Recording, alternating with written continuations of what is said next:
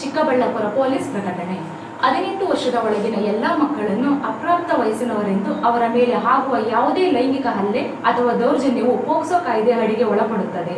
ಈ ಪೋಕ್ಸೋ ಕಾಯ್ದೆಯು 2012ರಲ್ಲಿ ದೆಹಲಿಯ ನಿರ್ಭಯಾ ಪ್ರಕರಣದ ನಂತರ ಭಾರತ ಸರ್ಕಾರವು ಜಾರಿಗೆ ತಂದಿದ್ದು, ವಿಶ್ವಸಂಸ್ಥೆಯ ಒಡಂಬಡಿಕೆಯ ನಂತರ ಮಕ್ಕಳ ಹಕ್ಕುಗಳನ್ನು ರಕ್ಷಿಸುವ ಸಲುವಾಗಿ ಮತ್ತು ಲೈಂಗಿಕ ಅಪರಾಧಗಳನ್ನು ತಡೆಗಟ್ಟಲು ಪೋಕ್ಸೋ ಕಾಯ್ದೆಯನ್ನು ಭಾರತದಾದ್ಯಂತ ಜಾರಿಗೊಳಿಸಲಾಯಿತು.